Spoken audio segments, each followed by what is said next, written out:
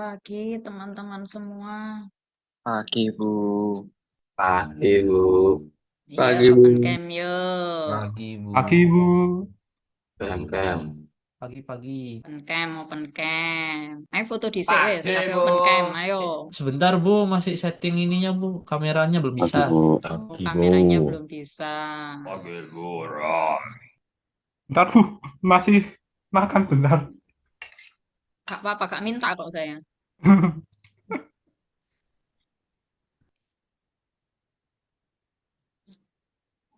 Ayo yang lain yuk, open dulu. Wah, ternyata kameranya banyak yang bisa kan ya. Slide pertama sudah hampir semua open cam. Slide kedua, ayo yang lain.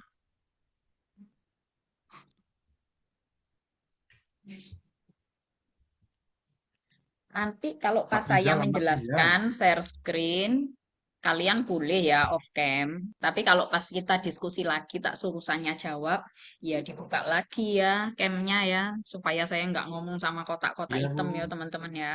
Ya, Bu. Siap. Iya, Bu. Siap.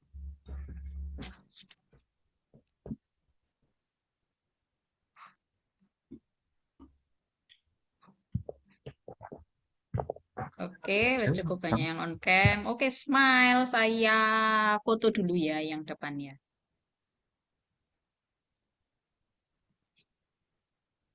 Karena nggak tahu kalian ada di slide mana, jadi yo harus senyum terus ya.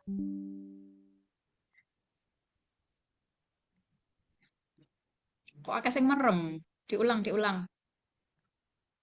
Satu, dua, tiga.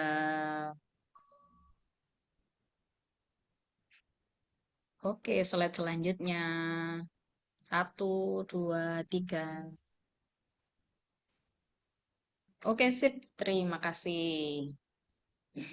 Sama-sama, Bu. Oke, sebelum eh kita mulai kuliahnya, teman-teman, boleh tanya dong, saya teman-teman di sini apakah ada yang dari ITATS? Mungkin bisa komen. Oke, baik, terima kasih. Ini ada Mas Christian Chandra ya. Berapa orang ya yang dari ITATS ya? Teman-temannya boleh dibantu reminder ya, Mas Christian. Teman-teman sekelasnya tolong bantu reminder untuk bisa join. Baik Bu, akan saya share ini linknya. Mungkin nggak tahu mereka. Iya, terima kasih. Iya, Kita baik sambil Bu. nunggu teman-teman yang lain join ya. Oke, teman-teman, sambil nunggu saya mulai aja ya. Selamat pagi, Assalamualaikum warahmatullahi wabarakatuh. Waalaikumsalam. Waalaikumsalam Waalaikumsalam warahmatullahi warahmatullahi wabarakatuh. wabarakatuh. Waalaikumsalam Waalaikumsalam warahmatullahi warahmatullahi wabarakatuh. Oke, jadi teman-teman seperti yang sudah saya jelaskan di kelas kemarin bahwa perkuliahan kita kan menggunakan platform Spada ya. Nah, di pertemuan pertama ini kita lakukan secara sinkronus. Agenda utamanya adalah perkenalan dan penyampaian perkenalan aja sebenarnya kita pingin ya perkenalan antar mahasiswa dengan dosennya dan perkenalan dengan materinya sedikit. Tetapi sebelumnya saya mohon maaf teman-teman karena Pak Kurniawan, dosen kita yang dari ITATS kayaknya masih dalam perjalanan. Jadi beliau ke Madura, kayaknya masih di jalan, perjalanan ke Madura. Jadi kayaknya belum bisa join. Semoga nanti bisa nyusul untuk join ya. Jadi untuk sekarang kayaknya masih belum bisa join, nggak apa-apa. Nanti di pertemuan selanjutnya teman-teman akan bisa berkenalan dengan beliau. Ya, gimana, Mas Christian? Ada tanggapankah dari teman-teman yang lain untuk bisa join? Iya Bu, sudah saya sampaikan di grup Bu. Mungkin Oke, akan sambil segera join mereka. oke sambil kita tunggu ya. Ada berapa mahasiswa Mas satu kelas? Kira-kira dari dari kelas saya mungkin ada sekitar 15 sampai 20. 15 sampai 20 ya. Iya. Oke, baik sambil kita tunggu ya. Oke, teman-teman, saya share screen aja sambil ngobrol-ngobrol sedikit ya. sambil nunggu teman-teman yang lain. Untuk berbicara ini. Oke, sudah kelihatan ya share screen saya ya? Sudah, Bu. Sudah, Bu. Oke, baik teman-teman. Em, Agendanya perkenalan sebenarnya ya. Mungkin untuk teman-teman yang dari ITATS, khususnya yang belum tahu saya ya, nama saya adalah Rina Dewi Indasari. Kebetulan semester ini saya mengampu mata kuliah kecerdasan buatan dan berkolaborasi dengan Bapak Kurniawan ya, melalui platform Spada. Ya, ini adalah profil dan kontak saya. Nanti kalau mungkin ke depannya ada yang membutuhkan ya.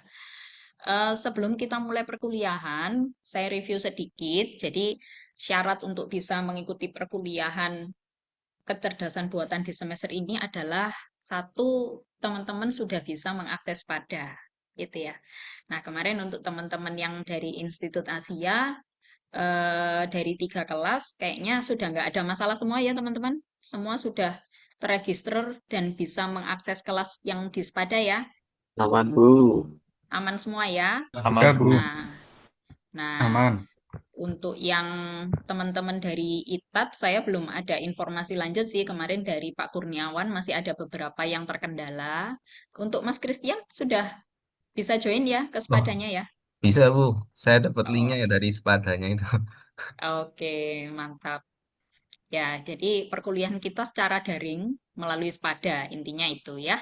Nah, proses berkuliahnya ada 5 tahap ini. Jadi, sebelum mulai kuliah, teman-teman harus menyelesaikan 3 tahap yang warna hijau ya, yaitu register akun di Spada, kemudian memilih mata kuliah, dan enroll gabung ke kelas kita kecerdasan buatan.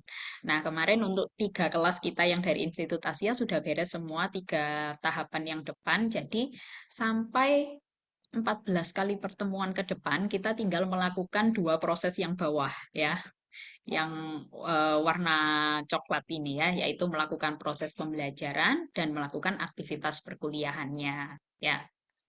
Nah, eh, ini adalah kalau teman-teman sudah bisa login ke Spada, jadi yang harus dipilih teman-teman adalah LMS Padanya. Kalau sudah nemu LMS Pada, harusnya teman-teman bisa melihat My Course di Spada, ya. Kemudian nanti di sana ada satu kelas. Kalau teman-teman sudah terenroll, ada satu kelas kita yaitu kecerdasan buatan. Nah, karena kemarin untuk proses perencanaannya itu kita memang ada tim beberapa dosen, jadi mohon maaf kalau di sana teachernya ada banyak ya. Ada Pak Fadli, ada Bu Rina, ada Pak Kurniawan, ada Bu Ida, ada Bu Rizka gitu ya. Tetapi nanti yang mengajar di konten LMS-nya hanya 2, yaitu ada saya, Bu Rina, dan Pak Kurniawan. Ya, jadi kalau teman-teman coba masuk ke kelasnya, kelas kecerdasan buatan itu akan jadi tampilan yang sebelah kanan ya. Itu di sana nanti ada header, ada judul mata kuliahnya adalah kecerdasan buatan, terus kemudian ada 2 foto dosennya nanti yang akan mengisi kontennya yaitu saya dan Pak Kurniawan. Teman-teman di bagian atas akan melihat beberapa informasi tentang mata kuliah terkait dengan kode mata kuliah, prasyarat, dan sebagainya, terus tujuan mata kuliahnya, dan seterusnya. Nah, di minggu ini kita masuk pertemuan 1 ya, teman-teman. Jadi, di sini sudah masuk pertemuan 1. Eh, di sana kontennya kurang lebih seperti ini, ada satu video pengenalan, dan ada informasi bahwa kita akan bertemu di Zoom pada hari ini. Ya, terus kemudian ini adalah apa yang akan kita lakukan dalam 1 semester ke depan ya. Jadi kurang lebih ada 10 hal yang akan kita pelajari. Yang pertama adalah pentingnya AI, kemudian ada history, agent, dan contoh beberapa tools AI, kemudian pengenalan AI, konsep AI, definisi, dan lain-lain. Kemudian ada searching algorithm, ada reasoning expert system, fuzzy logic, ada unsupervised dan supervised learning, dan yang terakhir ada jaringan saraf tiruan. Nah, di akhir mata kuliah, nanti untuk UAS-nya kita ada project akhir ya teman-teman. Jadi project akhir ini nanti eh, satu proyek yang dimana di dalamnya itu mencoba mengaplikasikan beberapa materi mulai dari unsupervised, supervised learning, jaringan saraf tiruan akan lebih banyak di materi yang terakhir sih ya. Ya, karena yang lebih aplikatif. Nah, dari beberapa materi ini ada 3 kali jadwal untuk sinkronus ya. Jadi yang pertama hari ini pentingnya AI, kita jadwal sinkronusnya semua kita lakukan melalui Zoom meeting. Ya, jadi ada 3 kali Zoom meeting nanti. Yang pertama hari ini, nanti yang kedua adalah di materi unsupervised learning itu kita laksanakan setelah UAS. Jadi kurang lebih minggu ke kalau sebelum UAS itu kita ada 7 kali pertemuan, UAS minggu ke-8 berarti ini minggu ke-9 nanti untuk Zoom yang kedua ya. Jadi untuk yang minggu yang kedua eh, Zoom meeting yang kedua nanti ada di minggu ke-9 setelah UAS. Dan kemudian ada Zoom lagi di pertemuan kita yang terakhir sebelum teman-teman menyelesaikan proyek akhirnya. Jadi nanti ada Zoom meeting lagi. Gitu. Nah, di luar 3 kali sinkronus Zoom meeting, nanti pembelajarannya menggunakan asinkronus, yaitu teman-teman semua bisa mengakses materi melalui LMS pada yang tadi harusnya teman-teman sudah bisa akses ya. Nah, dari beberapa materi ini nanti eh, penyampainya itu bervariasi ya teman-teman. Jadi gantian antara saya sama Pak Kurniawan. Jadi untuk pertemuan pertama dan kedua nanti sama saya. Pentingnya AI, kemudian history juga sama saya. Kemudian pertemuan ketiga nanti pengenalan AI ini dengan Pak Kurniawan. Jadi hari ini kita coba menganalisa dulu apa sih yang menurut kalian AI di sekitar kita gitu ya. Kemudian pertemuan kedua nanti kita akan sedikit kembali ke masa lalu gitu ya, melihat historinya AI seperti apa, kemudian ada agent, ada soft computing dan contoh beberapa tools AI. Di pertemuan ketiga itu nanti kami berharap ya teman-teman bisa menarik kesimpulan dari pertemuan pertama, kedua, ketiga, teman-teman bisa menarik kesimpulan untuk bisa mendefinisikan sendiri AI menurut versi teman-teman.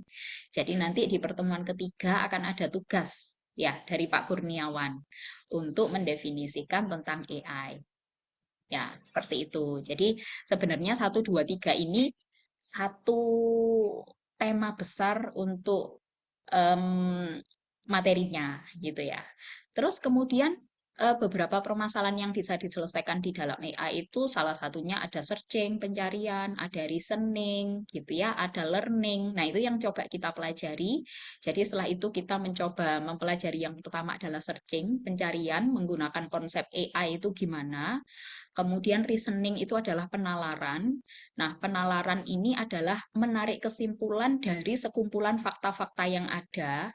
Jadi nanti untuk reasoning ini implementasinya pada expert system nanti dengan Bapak Kurniawan.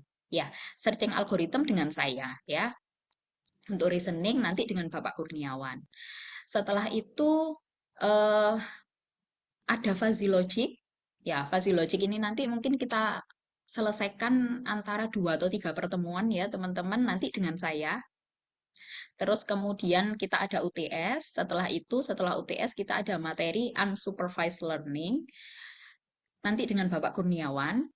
Supervised learning juga dengan Bapak Kurniawan. Gitu ya. Dan materi yang terakhir jaringan saraf tiruan juga sama. Nanti mungkin kita selesaikan sekitar 3 kali pertemuan. Ya, 3 minggu. Itu dengan saya untuk jaringan saraf tiruan. Nah, dari sana nanti mungkin di beberapa pertemuan mulai dari supervise, kemudian jaringan saraf tiruan, teman-teman akan ada latihan dan tugas kecil-kecil yang nantinya teman-teman diminta untuk digunakan di dalam proyek akhir. Gitu, ya. Kurang lebih seperti itu nanti eh, perjalanan pembelajaran kita dalam 1 semester ini, ya. Nah, ini adalah penilaiannya ya. Yang pertama adalah kehadiran. Jadi meskipun kita tidak bertemu langsung di kelas, teman-teman, namun kehadiran tetap menjadi poin penilaian. Nanti untuk kehadiran akan kita lihat, kami sebagai dosen akan melihat di dashboard LMS-nya Spada terkait dengan pencapaian teman-teman menyelesaikan LMS di Spadanya, gitu ya. Kemudian soft skill ini nanti kita nilai dari tugas-tugas biasanya, ya. Kemudian tugas atau proyek yang ada, UTS dan UAS. UASnya nanti proyek akhir tadi ya. Jadi tidak ada soal IC atau seperti apa, tapi dalam bentuk proyek. Oke, ini adalah sumber belajar kita. Jadi untuk sumber belajar sebenarnya baik saya maupun Pak Kurniawan tidak membatasi ya. Teman-teman boleh menggunakan sumber dari mana saja. Zaman sekarang mau nyari di internet banyak e-book gitu ya. Mau tanya ChatGPT pun bisa gitu ya. Mau nyari sumber di mana-mana banyak gitu ya. Tetapi biasanya kalau kita belajar tentang kecerdasan buatan atau AI, itu buku wajibnya adalah bukunya Stuart Russell ini. Jadi ada mulai edisi pertama, edisi kedua, edisi ketiga. Nah, ini yang kita gunakan saat ini edisi yang keempat tahun 2020 yang terbaru. Ya, ini adalah eh, buku wajibnya biasanya kalau kita belajar tentang fundamental AI. Gitu. Perlu teman-teman tahu, mungkin dulu namanya yang banyak beredar kalau secara bahasa Indonesia ya adalah kecerdasan buatan. Namun tahun berapa ya? Sekitar 2-3 tahun lalu dari Kamus Bahasa Indonesia itu istilahnya diubah. Jadi sebenarnya bukan kecerdasan buatan lagi sekarang harusnya kalau berdasarkan ejaan bahasa Indonesia yang benar namanya harusnya adalah kecerdasan artifisial. Gitu. Jadi artifisialnya sudah diserap ke dalam bahasa Indonesia. Artinya kalau kecerdasan artifisial itu adalah kecerdasan yang dibuat untuk meniru kecerdasannya manusia. Tapi kalau kecerdasan buatan konotasinya kan bisa jadi beda-beda ya, gitu ya. Oh, kecerdasan yang dibuat-buat, Bu, misalnya gitu ya. Karena itu istilahnya diubah seperti itu. Ini adalah referensi yang kedua. Jadi selain bukunya Stuart Russell tadi, karena Stuart Russell itu pasti bukunya berbahasa Inggris ya teman-teman. Jadi supaya lebih memudahkan juga dalam belajar, ini ada salah satu buku yang berbahasa Indonesia, terbitannya dari UB Press, ini tahun 2023, judulnya adalah Membangun Sistem Cerdas dengan Kecerdasan. Ini dua buku yang kita jadikan referensi di beberapa materi di kuliah kita. Tuh. Oke, sampai sini dulu. Mungkin teman-teman ada pertanyaan atau mungkin boleh pertanyaan apa saja ya, khususnya tentang Spada ya, yang mungkin kemarin sudah coba akses tapi kok nggak bisa atau mungkin sudah akses tapi belum paham di dalamnya gitu ya sebelum kita masuk ke materi. Silahkan kalau ada yang mau tanya. Permisi Bu, izin bertanya. Silakan Mas David. Sekarang kan banyak AI jenisnya berbagai macam kan Bu. Nah katanya bakal ada yang namanya AGI gitu Bu. AGI sebenarnya kayak apa ya Bu? AGI itu Iya. sebenarnya lebih ke agent AI. Jadi nanti di pertemuan kedua kita akan berbicara sedikit tentang agent AI. Intinya adalah ada sebuah sistem yang menggantikan manusia gitu ya sebagai untuk ngambil keputusan gitu. Jadi agent atau agen ini nantinya saya kasih contoh aja daripada bingung ya. Contoh misalnya ada Bu beberapa tools AI, misalnya ada ChatGPT, misalnya ada Gamma AI, ada apa macam-macam. Tapi kalau misalnya tools itu tidak kita gunakan sebagai manusia, kita nggak buka, kita nggak ngasih prompting, maka toolsnya kan pasti diem aja, nggak melakukan aksi dan tidak bermanfaat jadinya, gitu ya. Nah, artinya semua AI itu masih butuh manusia untuk mengenerate dia supaya melakukan aksi. Nah, agent ini adalah bisa jadi sebuah software yang menggantikan manusia untuk melakukan aksi itu. Contoh misalnya, saya mau buat agent AI di dalam ChatGPT, Bu. Saya minta dia untuk setiap 3 jam sekali ngecek berita terkini, misalnya dari detik.com, misalnya dari Liputan 6 gitu ya. Setiap 3 jam sekali saya mau dia ngecek berita terkini, dikurasi, dibuat artikel baru, dan kemudian diupload di sosmed saya. Itu kan harusnya dilakukan oleh manusia ya. Ya, tapi kita bisa membuat agent untuk melakukan itu. Jadi semacam robot yang kita minta setiap 3 jam sekali nanti dia nyari berita baru, terus kemudian dibikin artikel baru dan diposting di sosmed saya gitu. Jadi kesannya wah Bu Rina ini banget ya, rajin banget ya posting gitu ya. Padahal saya nggak melakukan apa-apa, yang melakukan adalah agent gitu. Gambarannya kayak gitu Mas David. Baik Bu, terima kasih atas informasinya Bu, atas penjelasannya. Terima kasih. Oke. Ada lagi teman-teman? Untuk Spada nggak ada masalah ya? Semua bisa akses ya? Bisa, Permisi Bu, Bu.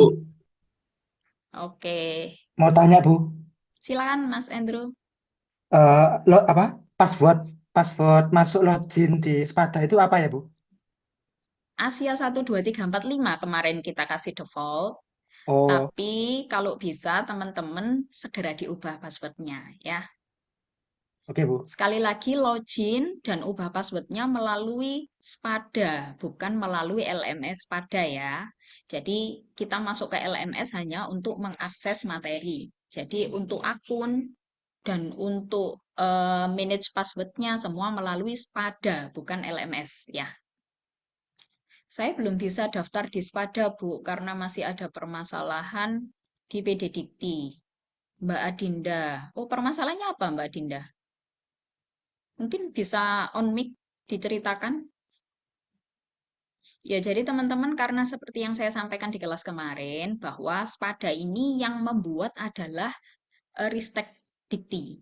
Ya, karena itu yang boleh mengakses itu adalah dosen yang punya NIDN, ya, nomor induk dosen nasional, dan mahasiswa yang terdaftar sebagai mahasiswa, gitu ya. Artinya harus punya NIM. Nah, kalau misalnya teman-teman ternyata masih ada permasalahan di PD Dikti apapun itu, ya biasanya mungkin bisa jadi ada permasalahan identitas, mungkin secara nama ejaannya beda gitu, kadang nggak bisa gitu ya. Jadi mungkin nanti apa ini namanya, Mbak Adinda kayaknya sudah Oh iya on Ibu. mic. Iya, gimana gimana? Jadi begini Bu, saya kan baru masuk di kampus Asia dari angkatan 2025 dari pindah kampus Oh, lain. oke oke. Ya, berarti Jadi ya, ketika saya mau daftar tersebut, nama di PPDikti-nya itu masih belum kedaftar ya Bu. iya benar benar. Iya, memang kalau untuk mahasiswa baru yang angkatan 2025 biasanya kita mendaftarkan mahasiswa itu 2-3 bulan setelah kuliah aktif. Ya, jadi nanti coba saya diskusikan sama tim PD Dikti ya, Mbak Adinda ya. Baik Ibu. Boleh, boleh japri saya nama NIM ya. Kemarin yang sudah japri saya ya, sudah ada kayaknya ya. Sudah Ibu yang pas kemarin hari Senin itu tidak masuk. Oh iya iya, iya. heeh. Ya, nanti coba saya diskusikan dengan tim PD Dikti ya, Mbak Adinda ya. Baik Ibu, terima kasih Ibu. Ya, sama-sama. Ada lagi teman-teman? Boleh dibantu teman-teman yang dari ITAT? Sudah ada yang hadir lagi kah? Boleh di komen-komen, resen-resen. Ya hadir Bu. Oke, sip. Hadir ini. Ada ya. Nah, ini ada Mas Gilang jempol-jempol, Mas Muhammad Gofar ya. Oke, baik. Oke, baik. Terima kasih. Nanti mungkin sebentar saya buatkan. Oke, baik. Kayaknya Pak Kurniawan belum bisa join juga, jadi saya lanjut aja ke materi ya, teman-teman. eh Materinya nggak lama, nanti teman-teman aja yang aktif, saya minta untuk diskusi ya. Jadi, karena mata kuliah kita adalah kecerdasan buatan, atau kecerdasan artifisial seperti yang sudah saya jelaskan tadi. Jadi sebenarnya apa sih artificial intelligence atau AI itu? Gitu ya. Kita akan coba bermain dulu. Ya, boleh teman-teman masuk ke menti.com dan dimasukkan ininya. Apa ini namanya? Kodenya. Saya ingin tahu sebenarnya sejauh mana pemahaman teman-teman terkait dengan AI ini gitu ya. Sebelum kita mulai ngomong gitu ya. Jangan-jangan teman-teman semua sudah sangat paham ini dengan AI. Jadi kita nggak perlu start dari nol gitu. Nah ini ya, ke Menti masukkan kodenya 55818848. Atau bisa di scan QR-nya yang di bawah, di pojok kiri bawah. Oke, sudah ada 31 orang yang join dari penghuni Zoom kita 90 ya. Kalau minus saya berarti 89 harusnya. Udah 39 yang join, udah 41.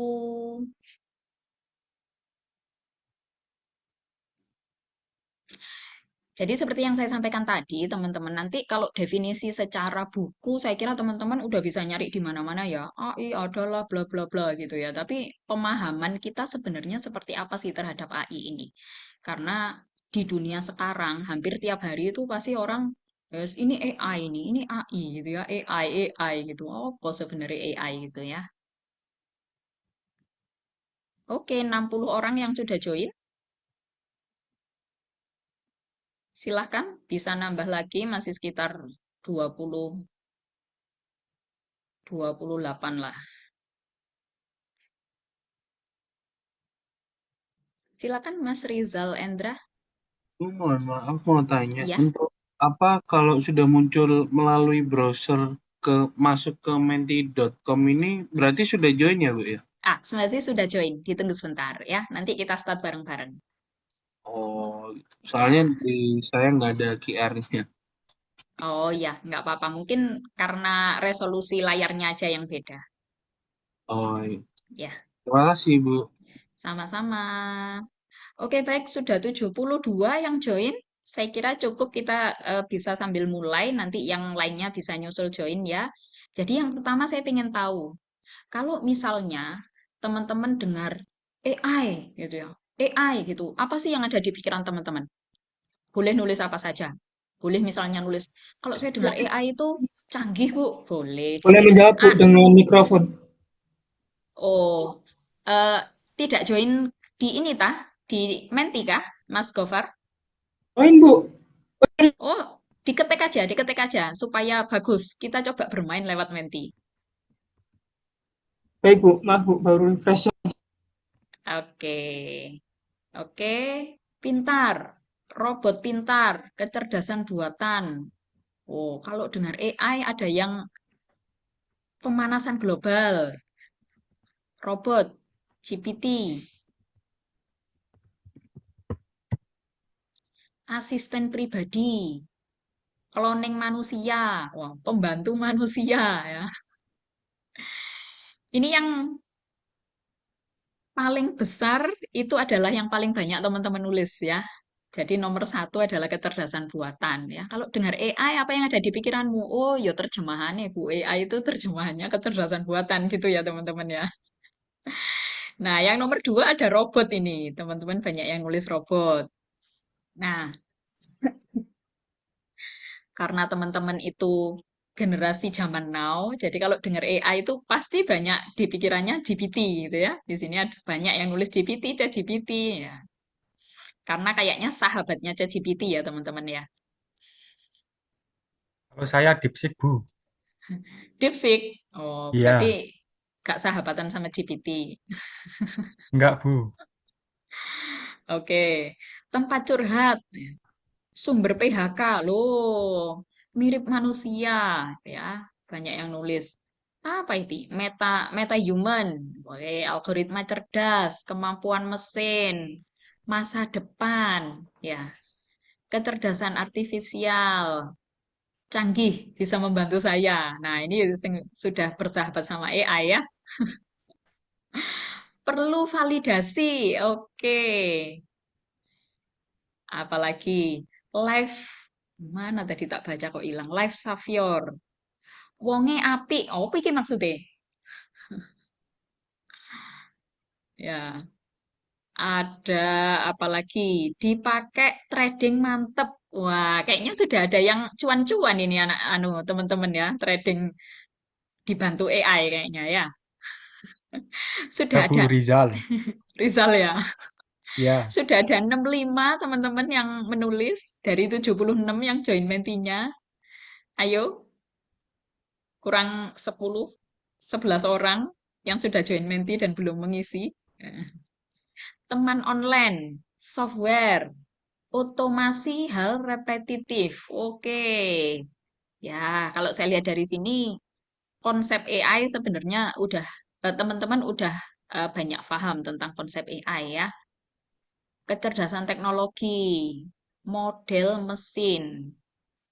Boleh? Apa ini maksudnya boleh? Ribet, terus apa lagi?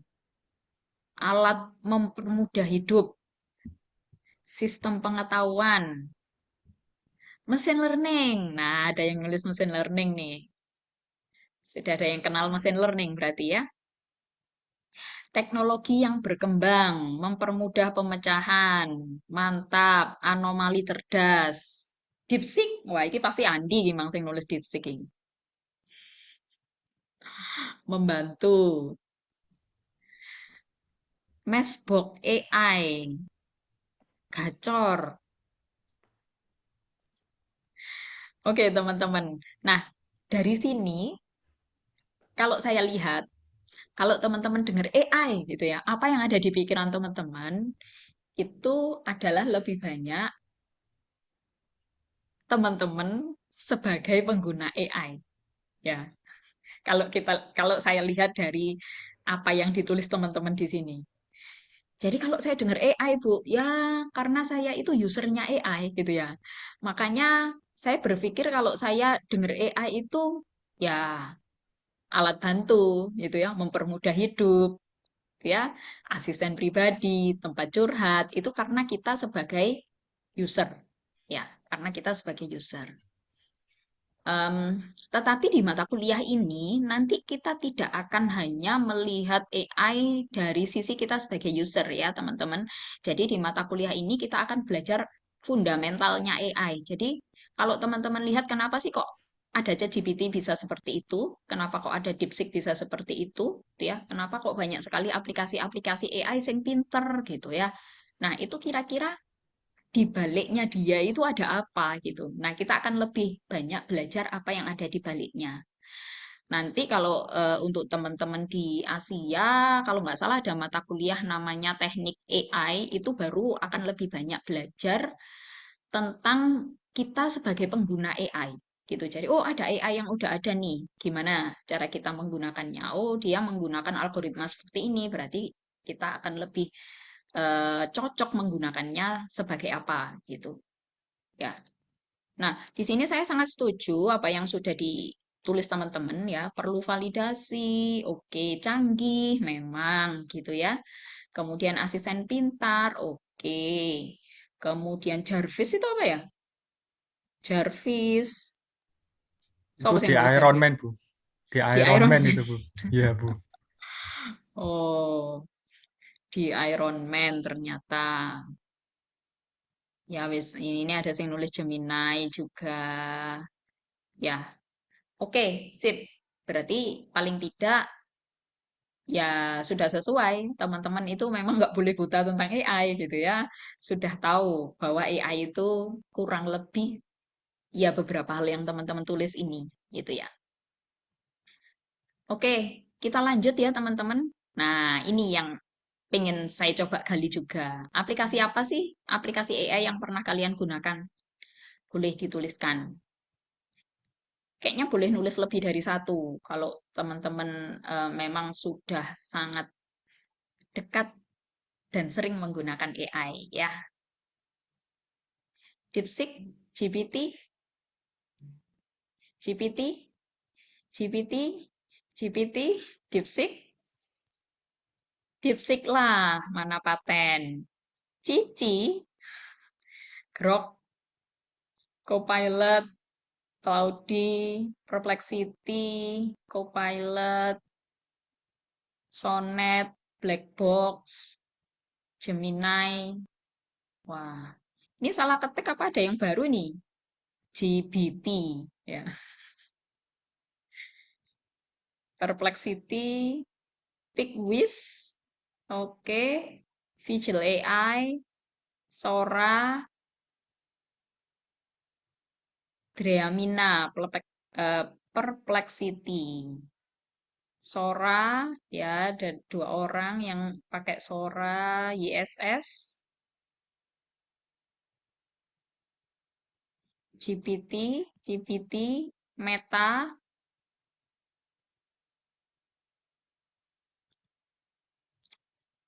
Meta Emre, Gemini, Galaxy.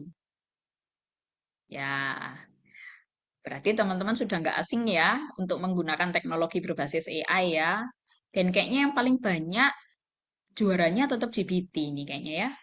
Blackspot AI, CapCut, Nvidia. Oh, no sing jenenge Yavi AI iki. Kimi, Grok. Grok tulisannya gini ta. Grok, Perplexity, Blackbox, Midjourney. Nah, ini ada yang menggunakan Midjourney juga. Synthesia, Suno. Wah, ini sudah sangat berteman baik kayaknya dengan AI ya. Pakai Leonardo AI juga. Ono Rizal AI barang. Anam AI barang. Andi AI. Wah. Semoga ke depannya, tahun depan jadi ya aplikasinya ya. Amin, amin. Itu siapa yang nulis itu? Loh, ono amin juga. Ya wes, jadi eh kalau saya lihat dari sini, mayoritas teman-teman paling banyak menggunakannya itu text to text ya. Artinya inputannya teks, outputnya juga teks gitu ya. Meskipun ada beberapa mungkin yang menggunakan berbasis grafis untuk gambar, tetapi kayaknya lebih banyak yang text to text. Ya, iya Bu, soalnya tugas kuliah itu ya harus diselesaikan pakai teks Bu gitu ya. Ini saya ada yang lupa sebenarnya. Ya, sebenarnya teman-teman itu lebih banyak menggunakan AI untuk kepentingan apa? Nah, itu kemarin yang lupa nggak ditanyakan ya. Oke, kita coba lagi yang selanjutnya. Seberapa sering sih kalian menggunakan tools AI? Kalau misalnya yang ya pasti setiap hari saya gunakan berkali-kali. Boleh dipilih yang sehari lebih dari 5 kali mungkin ya. Setiap hari ya, setiap hari sekali 2 kali lah Bu, gitu ya. Seperlunya saja. Terus ada mungkin teman-teman ada yang nggak mau, ya terpaksa baru saya mau pakai Bu. Loh, ada beneran kalau terpaksa. Ada yang belum mau coba,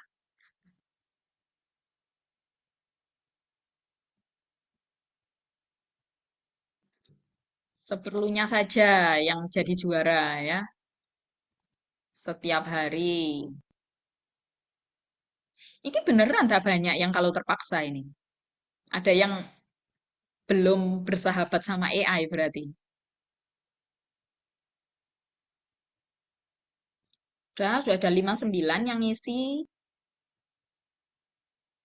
Artinya apa teman-teman? Kalau misalnya teman-teman itu seperlunya saja, artinya teman-teman belum mengoptimalkan penggunaan AI gitu ya. Ya kalau pas perlu gitu.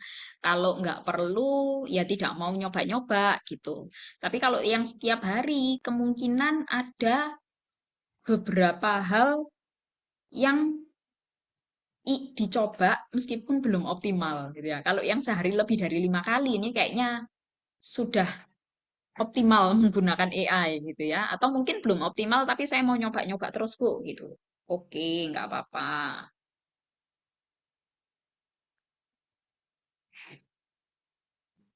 Sudah ada 64 yang mengisi, tetap pemenangnya tetap seperlunya saja. Berarti kalau teman-teman pas liburan, terus nggak dapat tugas, ya nggak pakai AI ya.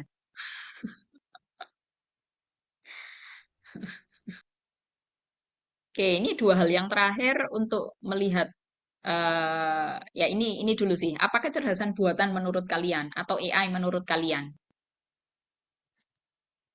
Boleh kata, boleh kalimat, ya. Misalnya satu kalimat yang utuh, menurut kalian AI adalah apa? Gitu.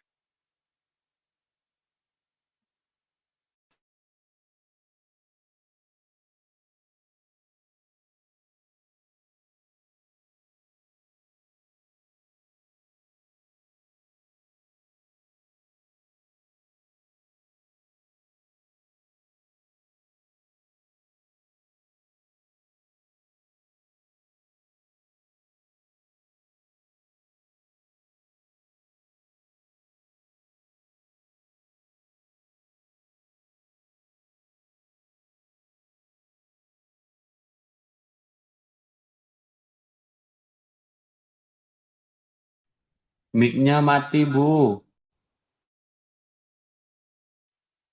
Oh iya, tadi saya barusan ini tak pateni.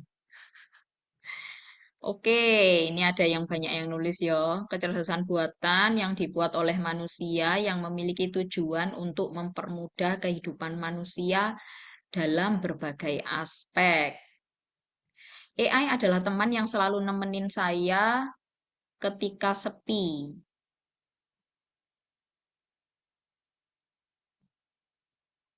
Membuat kecerdasan sistem seperti kecerdasan manusia. Kecerdasan yang dibuat oleh Corveus 2.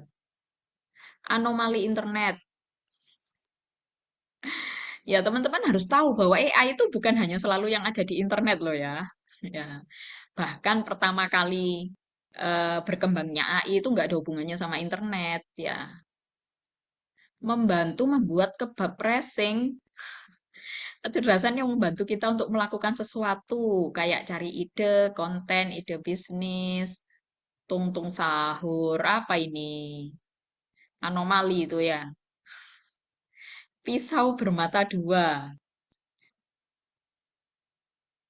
Teknologi yang mempermudah manusia. Sebuah entitas non-makhluk yang diciptakan untuk memiliki kecerdasan setingkat atau lebih tinggi dari manusia untuk memudahkan kehidupan manusia. Waduh, ini definisinya agak ngeri ini ya.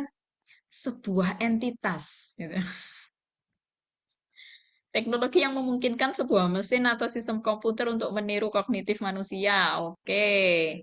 Suatu alat buatan manusia yang dirancang untuk membantu manusia lain. AI adalah alat atau biasa kita sebut tools. Pak Kurniawan. Oh, ini Pak Kurniawan udah join. Halo, Pak. Bukan, Bu, itu mungkin maksudnya kutipan dari Pak Kurniawan. Oh, gitu. Saya udah seneng, tak pikir Pak Kurniawan join. Kecerdasan buatan adalah kemampuan yang diberikan pada mesin atau komputer agar bisa meniru cara berpikir, belajar, dan mengambil keputusan. Sebuah alat, betul sekali ya. Teknologi yang memungkinkan mesin mensimulasikan kemampuan manusia seperti belajar dan membuat keputusan. Kecerdasan buatan menurut saya adalah semacam asisten belajar secara mandiri dan low budget.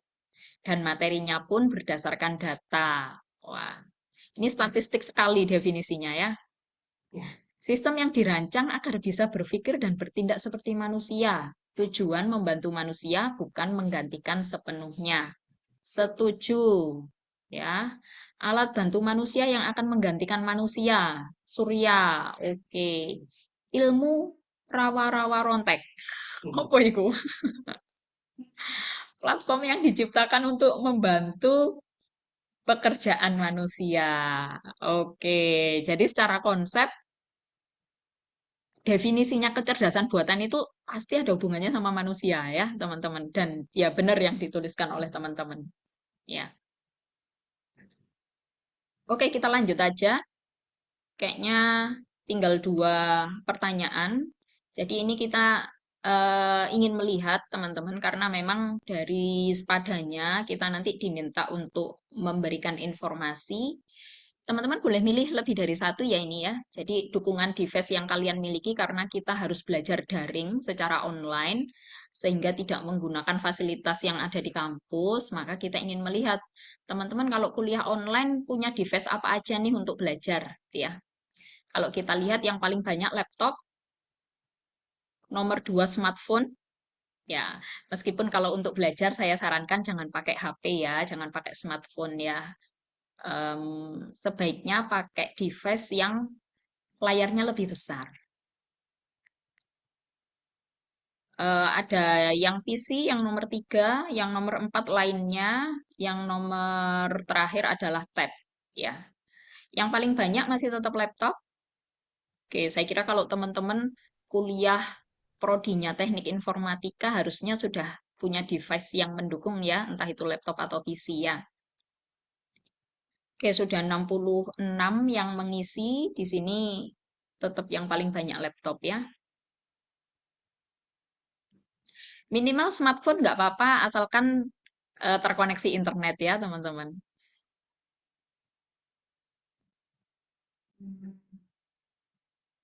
Oke sip, terima kasih banyak yang sudah punya device, berarti ya dari 84 yang join di Menti sudah 67 yang ngisi, 58-nya memiliki laptop.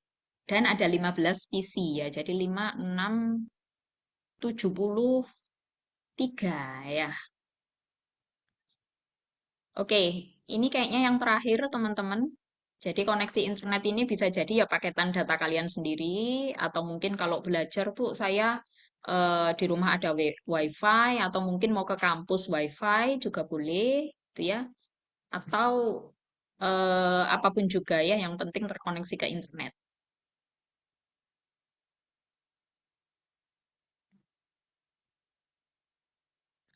Kalau sangat baik, artinya 24 jam teman-teman bisa mengakses tanpa kendala ya. Kalau baik, ya 24 jam mengakses, tapi mungkin ada beberapa keterbatasan gitu ya. Kalau yang cukup baik, mungkin tidak sampai 24 jam gitu. Wah, ini ada yang sangat kurang, beneran ta, koneksi internetnya.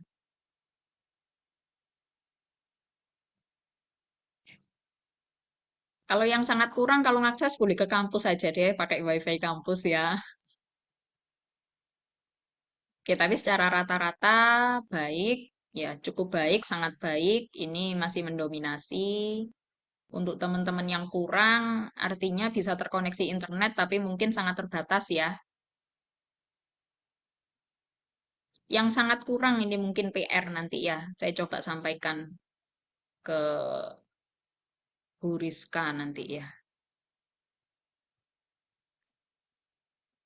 Oke, sudah ada 60 yang mengisi.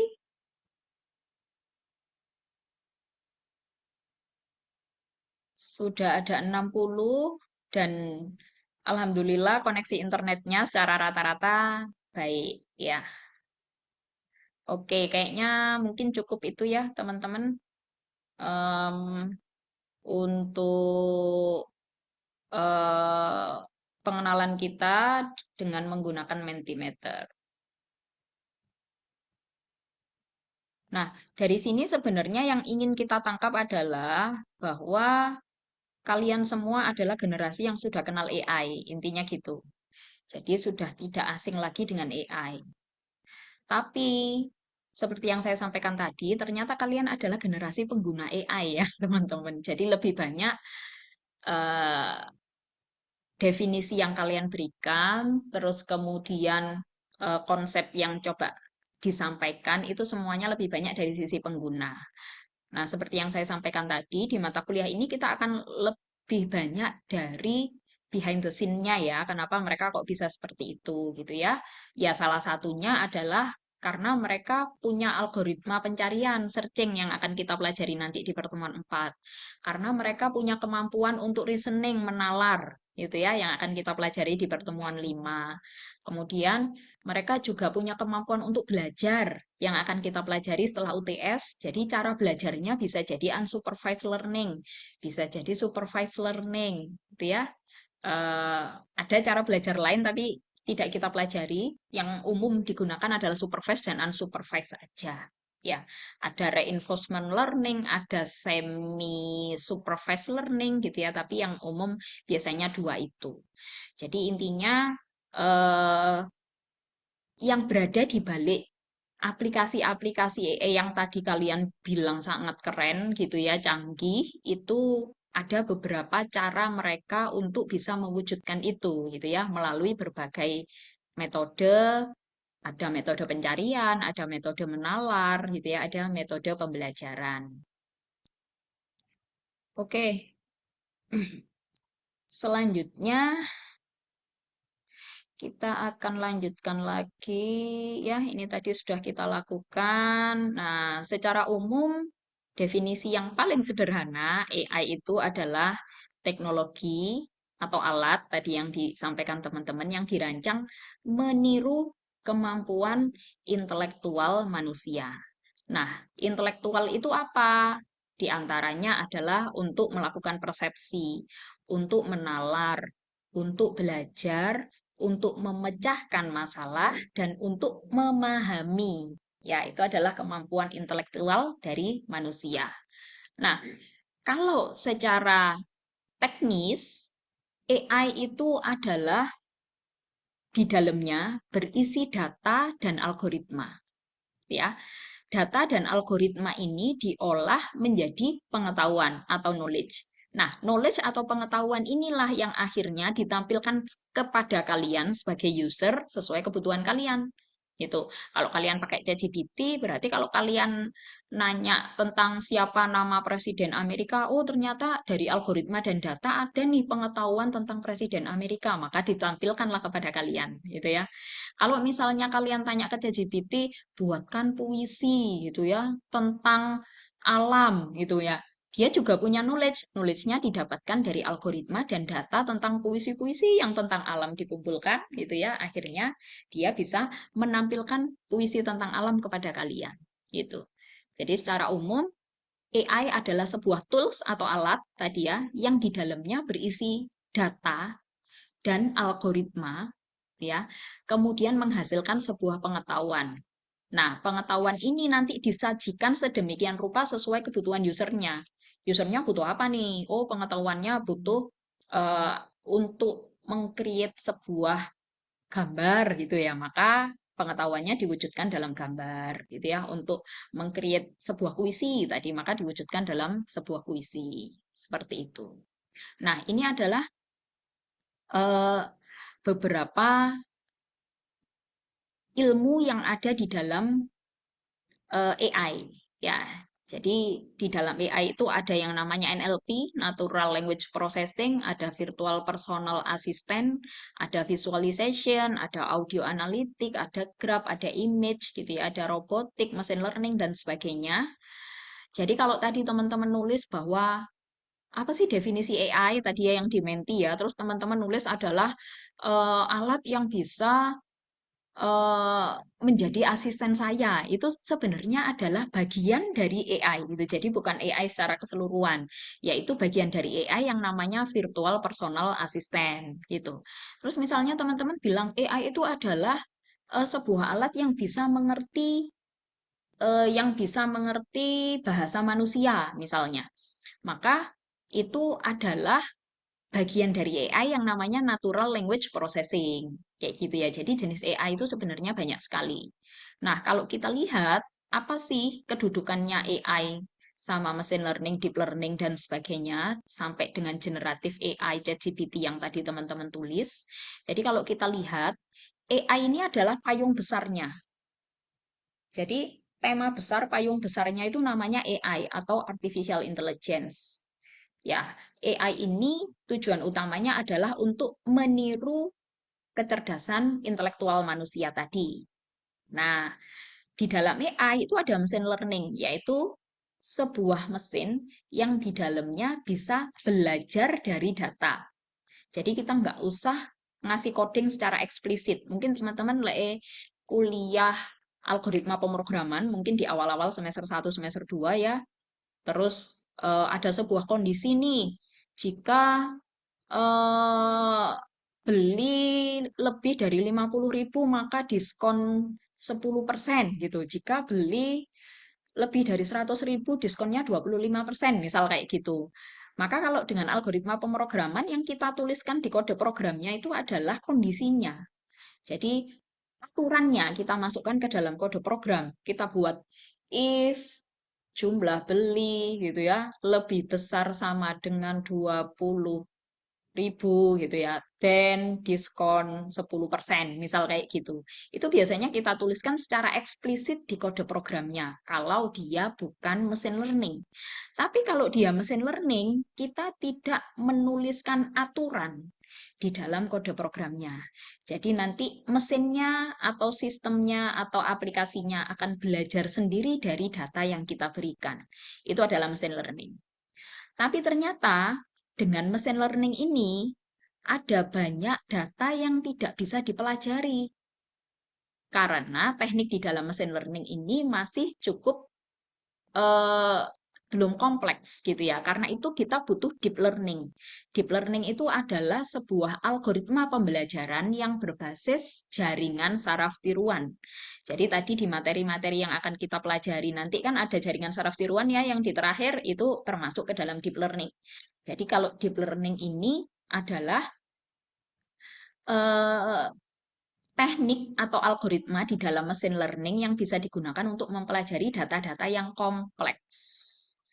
Karena kita tahu kalau zaman dulu sih data pasti semua terstruktur ya. Data itu pasti dalam bentuk database gitu. Tapi kalau zaman sekarang data itu bentuknya macam-macam.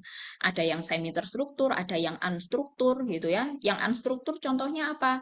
Contoh yang unstruktur itu data rekaman suara gitu ya, data gambar, data video itu adalah data yang nggak terstruktur dan itu nggak bisa diselesaikan dengan machine learning biasa. Jadi harus diselesaikan dengan deep learning itu. Nah, dari deep learning itu ternyata lebih banyak hanya belajar tentang kontennya saja, tapi nggak ngerti artinya. Itu. Nah, dari sanalah manusia coba mengembangkan lagi, akhirnya muncul generatif AI. Jadi, selain mesinnya itu belajar tentang kontennya, oh ini isinya angka, oh ini isinya huruf. Nah, dengan generatif AI, dia juga belajar ini maksudnya apa, ini artinya apa. Itu dipelajari di generatif AI. Gitu. Jadi ini hubungan antara AI, machine learning, deep learning, dan generatif AI. Jadi kalau teman-teman ngomong ChatGPT, sebenarnya salah kalau kita ngomong dia adalah AI, gitu ya. Karena AI itu secara umum sangat luas sekali. Gitu. Ya, nah yang sebelah kanan ini adalah contoh-contoh algoritma nanti yang bisa digunakan di dalam generatif AI itu misalnya adalah LMM gitu ya.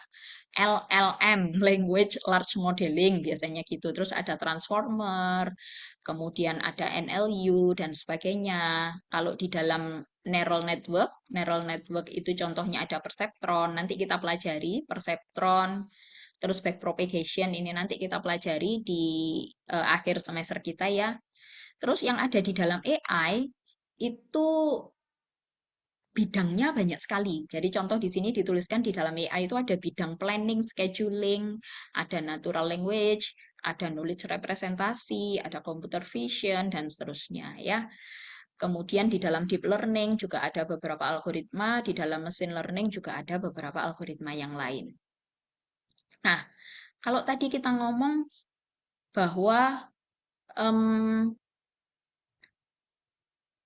AI itu mencoba meniru manusia. Kira-kira apanya yang pengen ditiru? Ya, jadi kalau kita lihat ini adalah manusia ya, teman-teman ya.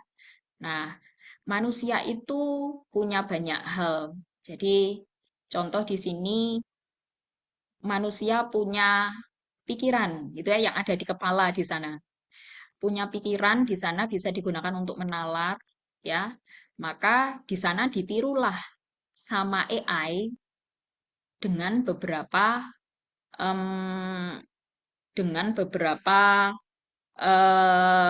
bidang. Namanya ada game playing, ada planning, ada machine learning, ada expert system, tadi penalaran ya. Kemudian manusia ini juga punya tubuh gitu ya. Nah, tubuh ini juga coba ditiru. Contohnya ada computer vision gitu. Computer vision ini yang coba ditiru adalah mata. Ya.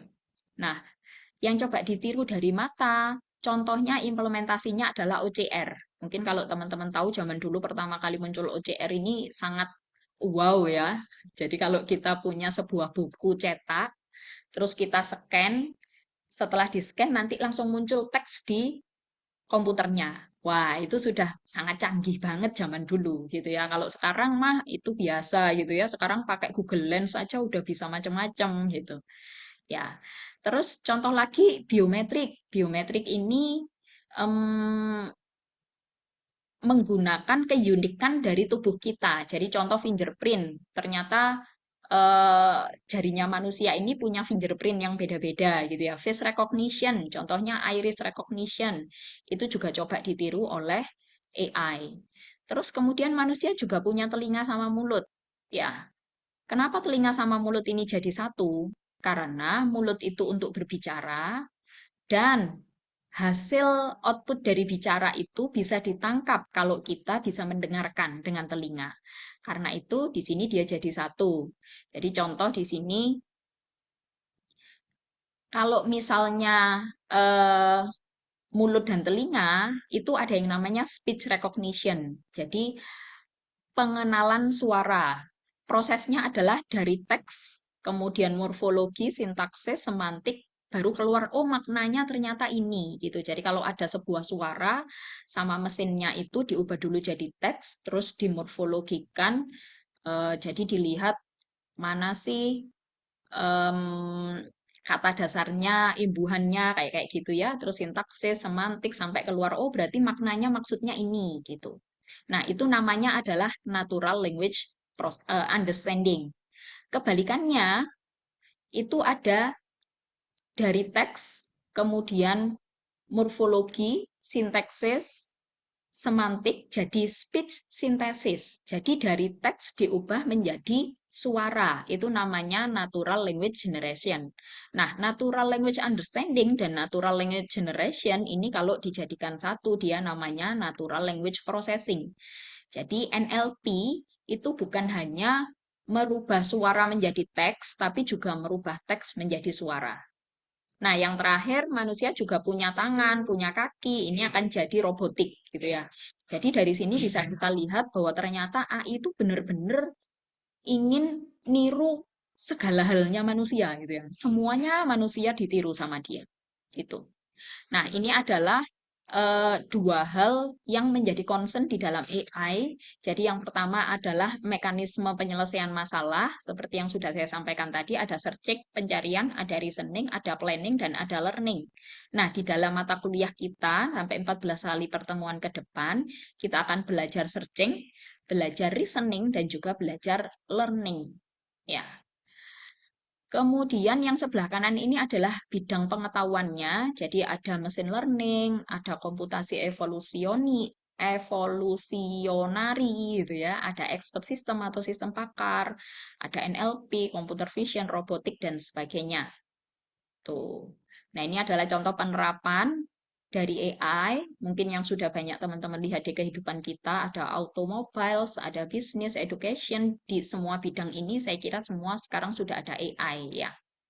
Nah, impact-nya gitu ya, itu bisa kita lihat hampir di semua hal juga. Jadi di smartphone juga terembed AI, di security dan surveillance, di sosmed, navigasi, hampir semuanya juga ada AI. Itu. Nah, ini contoh penerapan AI di bidang pendidikan. Jadi kalau di Cina, anak SD itu kalau sekolah dipakein bandu. Terus gurunya di depan lihat ada monitor. Gitu. Nah, di monitornya itu kelihatan gelombangnya, gitu ya. Oh, dari bandu itu akan kelihatan, oh ini atas nama Andi gelombangnya kok kayak gini. Oh, dia ini sangat konsentrasi belajar, gitu. Tapi atas nama Cornell misalnya, ini kok gelombangnya beda. Wah, ini dia kayaknya membayangkan sesuatu, ini nggak belajar ini. Nah, itu kelihatan oleh gurunya di depan, gitu. Jadi gurunya menganalisis perhatian siswa terhadap pelajaran. Wah, ini kan cukup ngeri ya.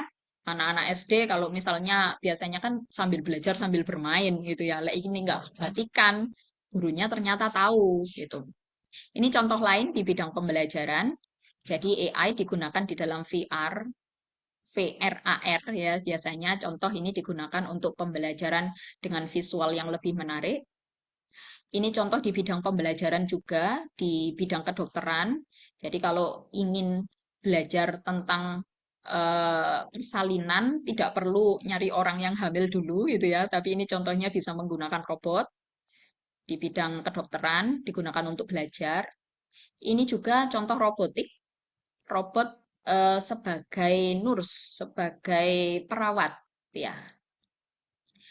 Ini contoh di call center. Jadi tadi teman-teman juga ada yang nulis pas di Menti adalah otomasi kegiatan yang repetitif gitu ya. Tadi ada yang nulis kayak gitu kayaknya. Jadi misalnya kegiatan itu tiap hari kita gunakan terus-menerus kayak gitu berarti itu bisa digantikan oleh AI. Contoh misalnya di dalam call center kalau ada orang telepon biasanya ada banyak petugas gitu ya menerima telepon yang dikatakan kan sama gitu ya. Halo, ada yang bisa saya bantu? Halo, ada yang bisa saya bantu gitu ya. Dan pertanyaan customer biasanya juga sama diulang-ulang gitu. Jadi ini bisa digantikan oleh robot AI. Kemudian ini contoh juga zaman sekarang sudah bisa kita lakukan yaitu berbelanja dengan menggunakan aplikasi AI. Ini di dalam otomotif.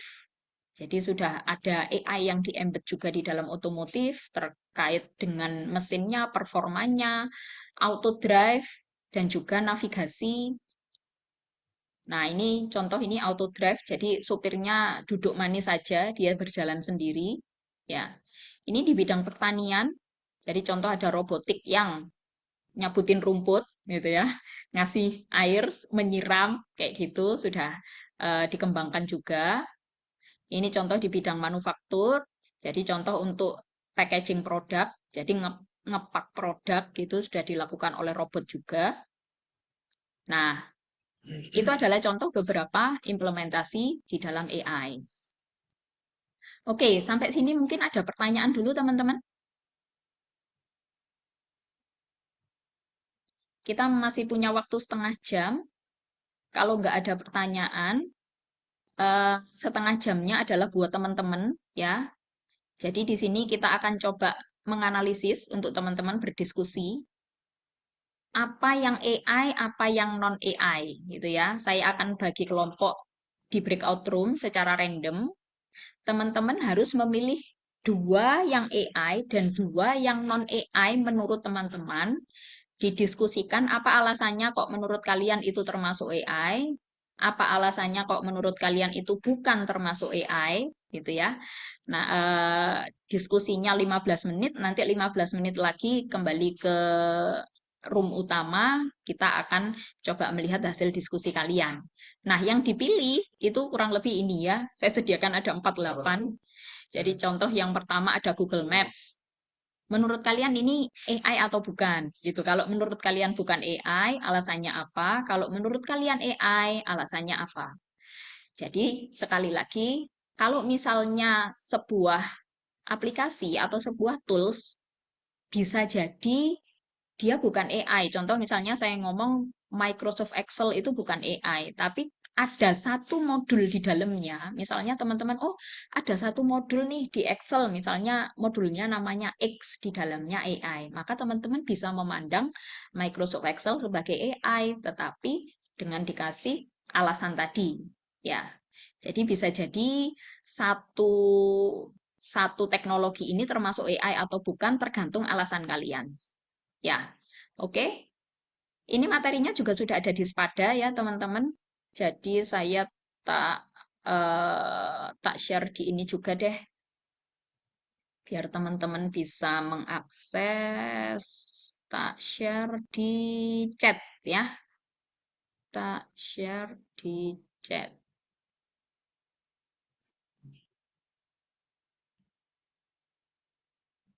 Oke, ini materinya sudah ada di Spada, teman-teman. Tapi ini saya share juga di chat untuk diskusi kali ini supaya teman-teman nggak susah nyarinya.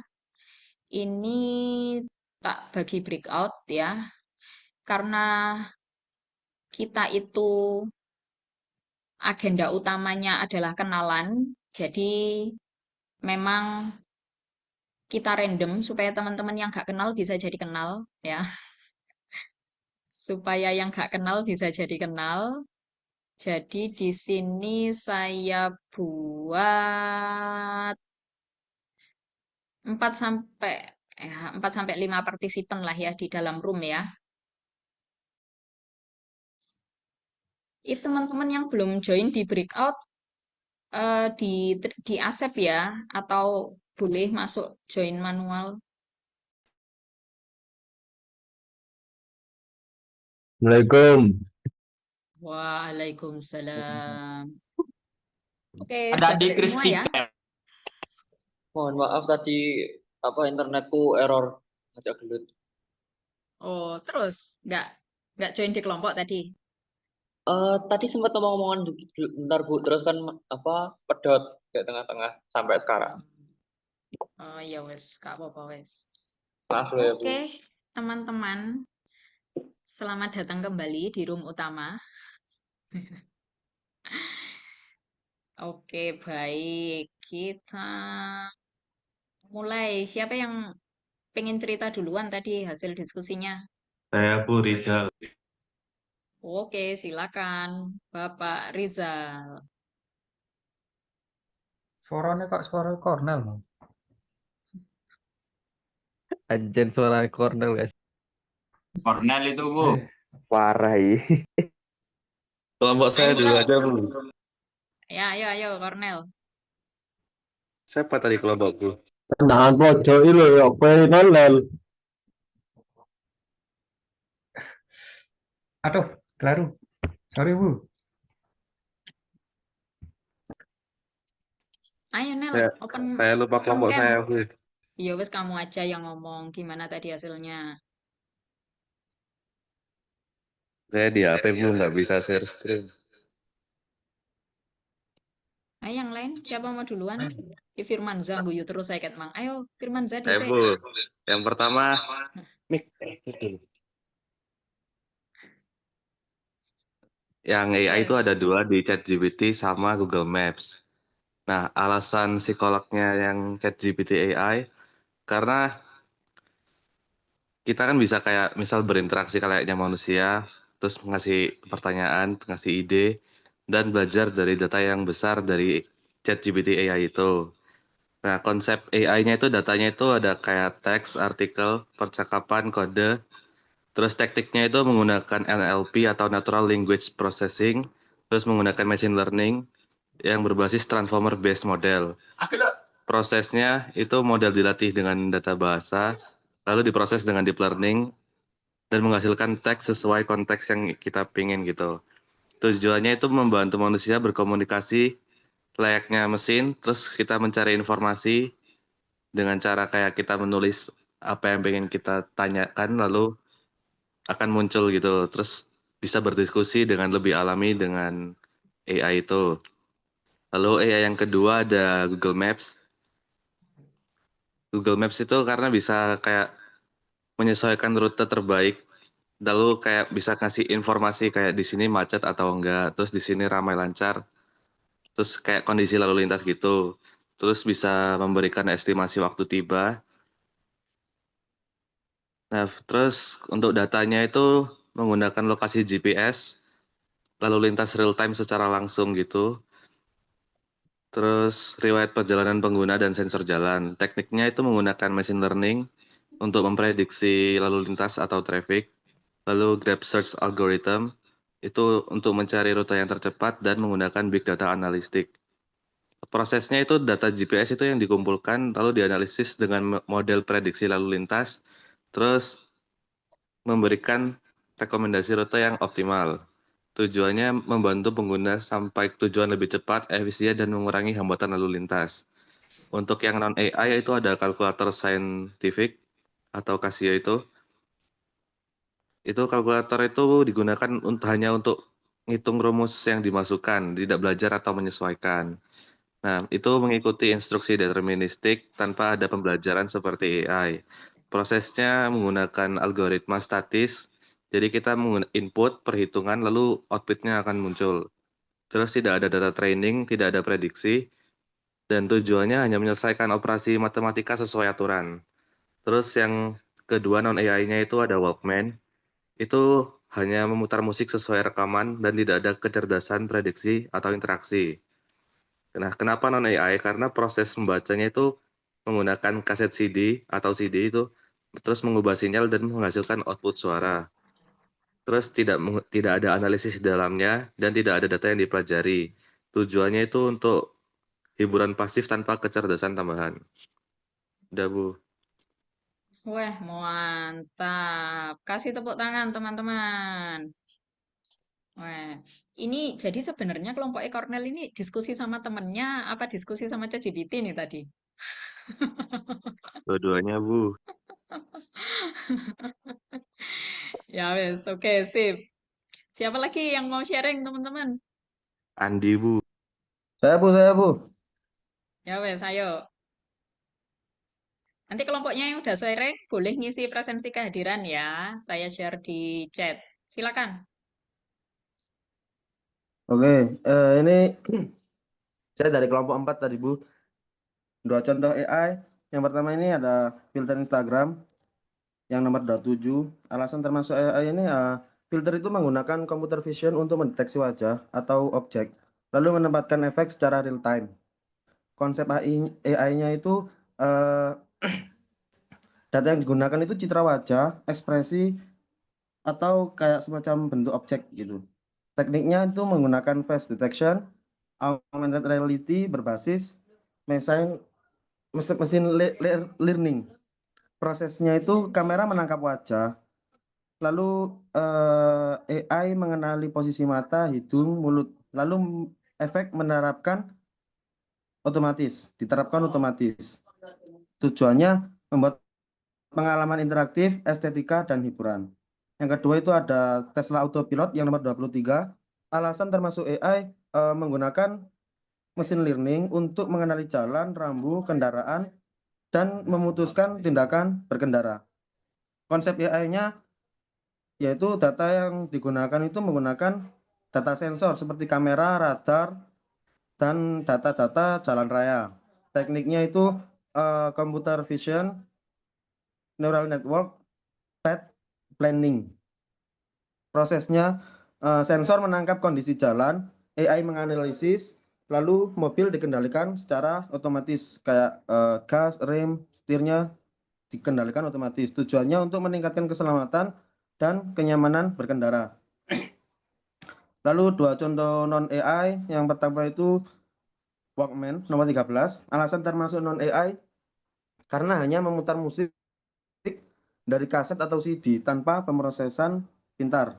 Prosesnya itu hanya menginput kaset atau CD, lalu mekanik membaca, lalu suara keluar.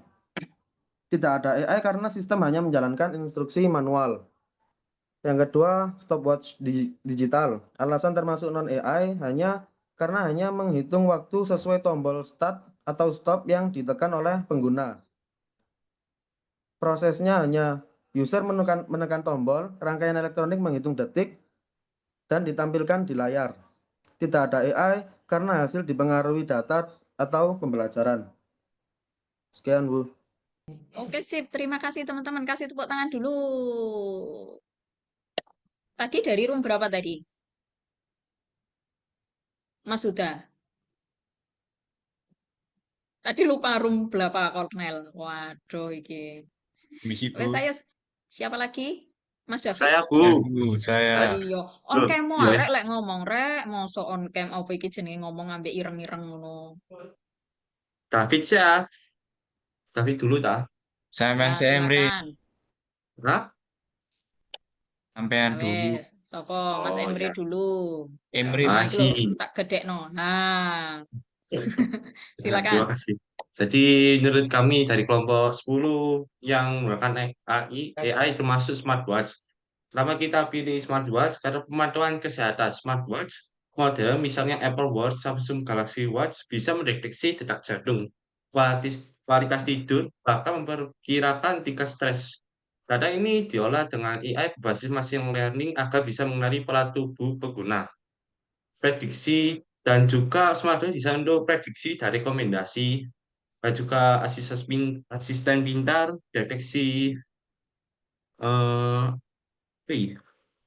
anomali AI dipakai untuk fitur kesehatan darurat seperti mendeteksi irama jantung tidak normal atau mendeteksi jatuh atau fail detection. Jadi alasannya selanjutnya hanya akan menampilkan data mentah, misalnya angka detak jantung. Dengan AI, smartwatch bisa menginterpretasikan data, mengenali pola, dan memberi rekomendasi cerdas. Dan yang kedua yaitu Google Translate, yaitu Natural Language Processing atau NLP. Google Translate menggunakan AI berbasis NLP untuk memahami konteks kalimat, bukan sekadar penerjemah kata per kata. Google Translate menggunakan Neural Machine Translation atau NMT sejak 2016. Google Translate memakai neural network jaringan staf tiruan yang meniru cara kerja otak manusia agar hasil terjemahan lebih alami. Dan alasannya mengapa ini Google Translate menggunakan AI, ia mampu belajar dari miliaran contoh kalimat, memahami konteks, dan menghasilkan terjemahan yang mendekati bahasa manusia. Dan kita langsung ke yang non AI, kita ngambil dari mesin ketik yang pertama. Karena mesin ketik hanya menggunakan alat mekanis. Mesin ketik bekerja murni secara mekanis atau elektromekanis saat tombol ditekan. Lalu huruf akan mencetak karakter di kertas. Tidak ada pengolahan data. Mesin ketik tidak bisa menganalisis, memprediksi, atau belajar dari kebiasaan pengguna. Alasannya kami ngambil ini karena mesin ketik tidak memiliki kemampuan untuk belajar mengenali pola dan mengambil keputusan. Ia hanya alat input-output sederhana. Yang kedua yaitu mesin ATM. Kenapa masih non-AI? Karena sistem berbasis aturan rule based. Mesin ATM bekerja berdasarkan program dan perintah yang sudah ditentukan. Contoh, kita akan memasukkan PIN, pilih jumlah uang, dan uang keluar. Semua langkah itu hanya mengikuti logika if then. Jika syarat maka dan hasil. Tidak belajar dari data, mesti ada tidak semakin pintar. Walau sudah dipakai, ia hanya menjalankan instruksi sesuai software bank. Dan kita ambil alasan ATM adalah sistem otomatis, bukan sistem cerdas. Ia hanya menjalankan algoritma statis yang diprogramkan tanpa kecerdasan untuk beradaptasi atau belajar. Sudah, Bu. Wah, mantap. Teman-teman, Ya. kalau misalnya ada teman-teman yang presentasi menyampaikan dan ada yang nggak setuju, boleh banget loh untuk menyampaikan. Wah, saya nggak setuju, Bu. Nggak setuju sama Emre, misalnya. Boleh ya? Ya, Bu, saya ingin ada. bertanya, Bu. Oh ya, silakan. Tadi kan ada if then itu. Saya mau tanya, Bu. Heeh. Kalau saya dulu pernah dengar, pernah nemu itu ada yang namanya tradisional AI. Jadi Mm-mm. dia konsepnya tuh pakai if else gitu, if then gitu. Itu apakah termasuk AI, Bu? Kalau zaman dulu mungkin konsepnya sudah masuk AI, tapi kalau dengan teknologi yang saat ini itu kan bisa kita namakan sebagai static AI ya. Jadi artinya pengetahuannya nggak bisa diupdate. Jadi kalau misalnya kenapa kok dulu dia itu dianggap AI karena jadi nanti kita akan belajar teman-teman di searching algorithm itu bahwa AI itu berpikirnya berdasarkan aturan ya atau kaidah atau rule. Nah, aturan atau kaidah atau rule itu nama lainnya adalah knowledge ya. Nah, nama lainnya adalah knowledge. Nah, knowledge atau pengetahuan ini bagaimana cara kita menyajikannya di dalam teknologi atau aplikasi itu. Kalau kita menyajikannya dalam bentuk if then, artinya knowledge-nya nggak bisa self learning gitu ya, nggak bisa belajar sendiri. Sehingga kalau misalnya ada perubahan pengetahuan, kita harus mengganti kode programnya gitu. Tapi Iya. kalau misalnya yang sekarang hampir semua AI itu semua masuk ke dalam machine learning. Artinya yang bekerja itu adalah data. Jadi kode programnya tetap, kita cuma ganti datanya doang. Kalau kemarin tak kasih data X misalnya, oh dia pinternya cuman sampai 3 gitu. Besok tak kasih data Y, oh dia bisa pinter sampai 5 misalnya gitu. Jadi Hmm. sekarang itu yang diganti-ganti datanya. Kalau teknologi zaman sekarang.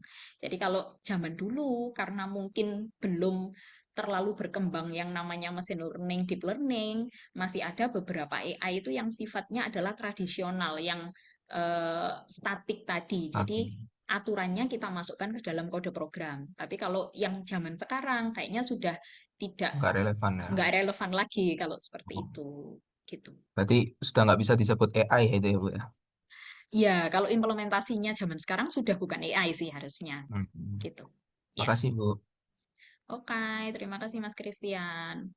Oke, next. Mas David Kelompok tadi ya? saya, ya. Oke, silahkan. Nah, Saya mewakili teman-teman izin untuk presentasi hasil dari diskusi kami. Eh, yang pertama kami memilih untuk dari golongan AI itu Spotify. Menurut kami AI yang dipakai untuk Spotify itu digunakan untuk rekomendasi musik. Kalau collaborative filtering, content based filtering. Data histori lagu yang diputar di digunakan untuk sebagai preferensi pengguna. Juga histori-histori dari tren-tren global. Kemudian prosesnya itu dia sistem belajar pola selera musik dari orang-orang, kemudian dikasih rekomendasi secara personal, kayak quick recommendation gitu, Bu. Kemudian kami mengambil juga dari golongan AI yaitu Tesla Autopilot. Jadi miliknya Pak Elon Musk. Dia itu menggunakan computer vision, sensor, dan deep learning untuk navigasi mobil otomatis. Datanya dari kamera, radar, sensor, dan sensor ultrasonik. Terus prosesnya itu AI dari Tesla Autopilot, dia mengenali objek di jalan, terus memprediksi gerakannya, lalu mengambil keputusan, berhenti atau belok atau ngerem. Itu. Yang kedua, contoh dari AI kami mengambil dari TV tabung analog. TV tabung analog hanya perangkat elektronik menerima siaran dari satelit. Tidak ada sistem belajarnya untuk TV analog.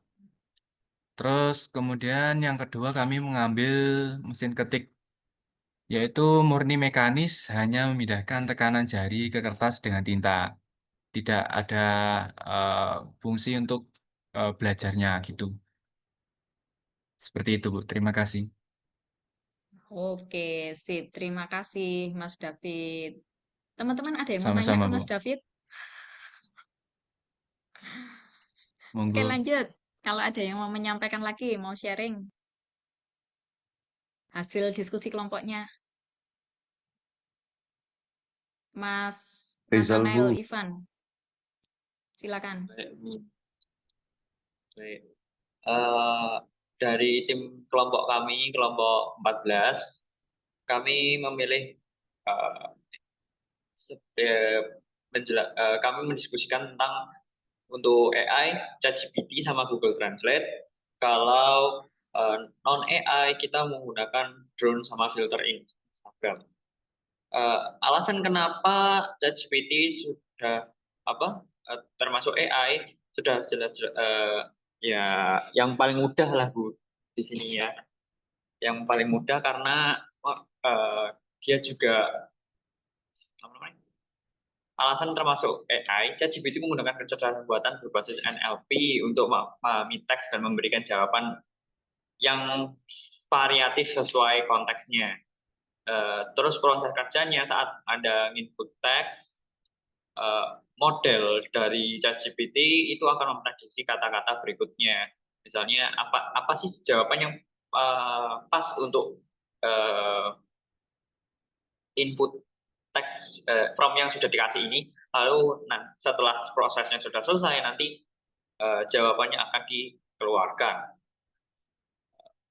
Dia itu AI dari ChatGPT itu menggunakan natural language processing sama deep learning.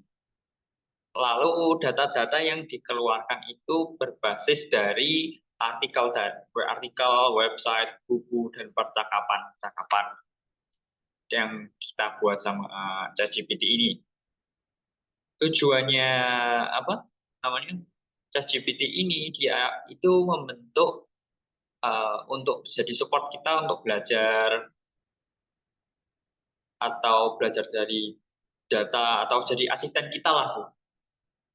Lalu untuk Google Translate sendiri, alasan kenapa termasuk AI, sistem ini berjalan dari data bahasa yang dan menerjemahkan bukan sekedar kata tapi juga struktur kalimat sama maknanya. Dia menggunakan Neural Machine Translation atau NMT. Proses kerjanya dia emang Anda menginput satu kata dari bahasa A, misalnya dari bahasa Indonesia, lalu modelnya akan menganalisis pola apa sih makna-maknanya kalau misalnya dijadikan bahasa Inggris atau gimana, lalu bakal ditranslatekan ke dalam bahasa yang B. Itu bisa membantu Anda dalam ke komunikasi lintas bahasa atau belajar antar bahasa lah. Lalu kita masuk yang ke non AI. Yang pertama ada drone.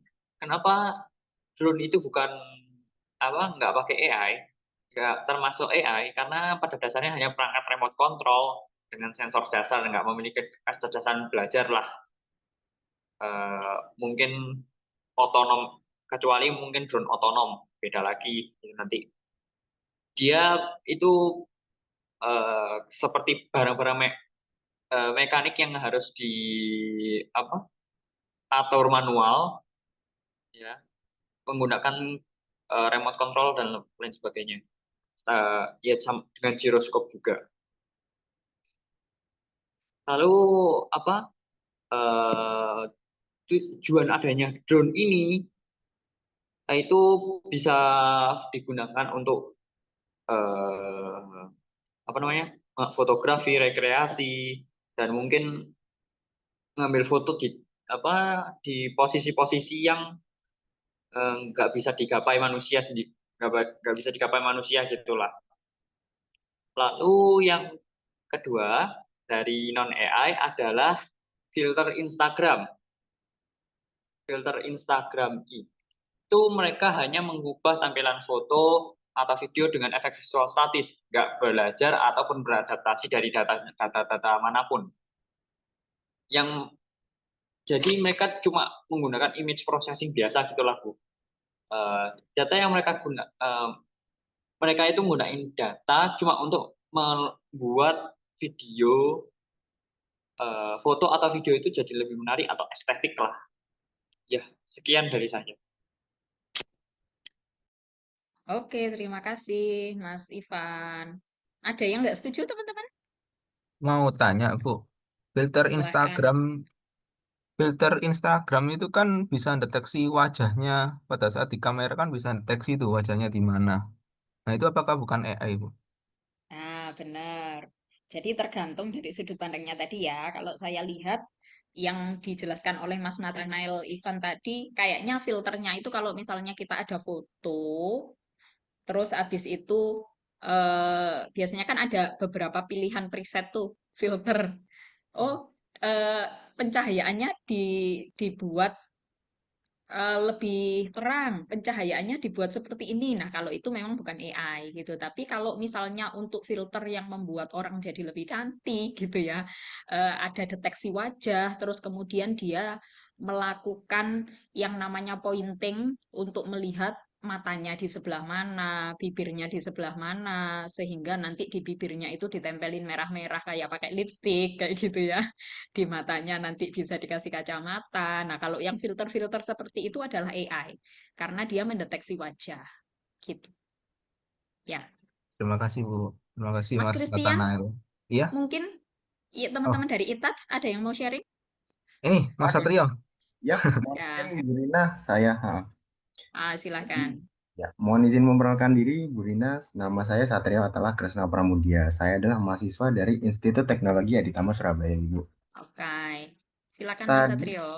tadi kelompok saya kelompok nomor 5. Tadi kami membahas ada 4, 2 AI dan 2 non AI. Yang 2 AI kami memilih ChatGPT dan Mobile Legends. Tadi ChatGPT berdasarkan rekomendasi dari salah satu teman-teman saya itu kenapa kok memilih ChatGPT? Karena tadi mengutip Mas Ebel kalau tidak salah, mohon maaf kalau salah, katanya ChatGPT itu adalah ya salah satu dari AI aja. Mungkin lebih tepatnya yang dimaksud oleh Mas Ebel adalah ChatGPT adalah salah satu artificial intelligence paling pintar yang ada di era ini. Mungkin maksud Mas Ebel seperti itu. Terus kita juga membahas mengenai Mobile Legends. Kenapa kok kita membahas Mobile Legends? Karena tadi menurut Mas Christian itu ada ketika kita AFK ketika kita meninggalkan game dan tidak memainkannya, namanya AFK itu kit- karakter kita akan diambil alih oleh sebuah artificial intelligence. Nah, di situ nanti artificial intelligence-nya akan bermain seperti permainan kita, mirip, bahkan biasanya bisa lebih jago. Itu adalah alasan kenapa kita memilih game Mobile Legends, salah satu alasannya. Terus kalau untuk yang non AI tadi kita memilih mesin ketik berdasarkan dari rekomendasi dari Mas Christian. Kenapa kok memilih mesin ketik? Karena di mesin ketik tidak ada sama sekali unsur-unsur artificial intelligence lain seperti keyboard-keyboard modern zaman sekarang ya kan ada kadang-kadang kata yang pengen dipakai dan segala macam itu sepertinya AI. Tapi berbeda dengan mesin ketik tradisional, itu sama sekali tidak ada. Prosesnya pure mechanical. Terus tadi ada pilihan supermarket. Ini pilihan dari Mas Dananjaya tadi. Karena Mas Dananjaya dulu pernah bekerja di supermarket, katanya seperti itu.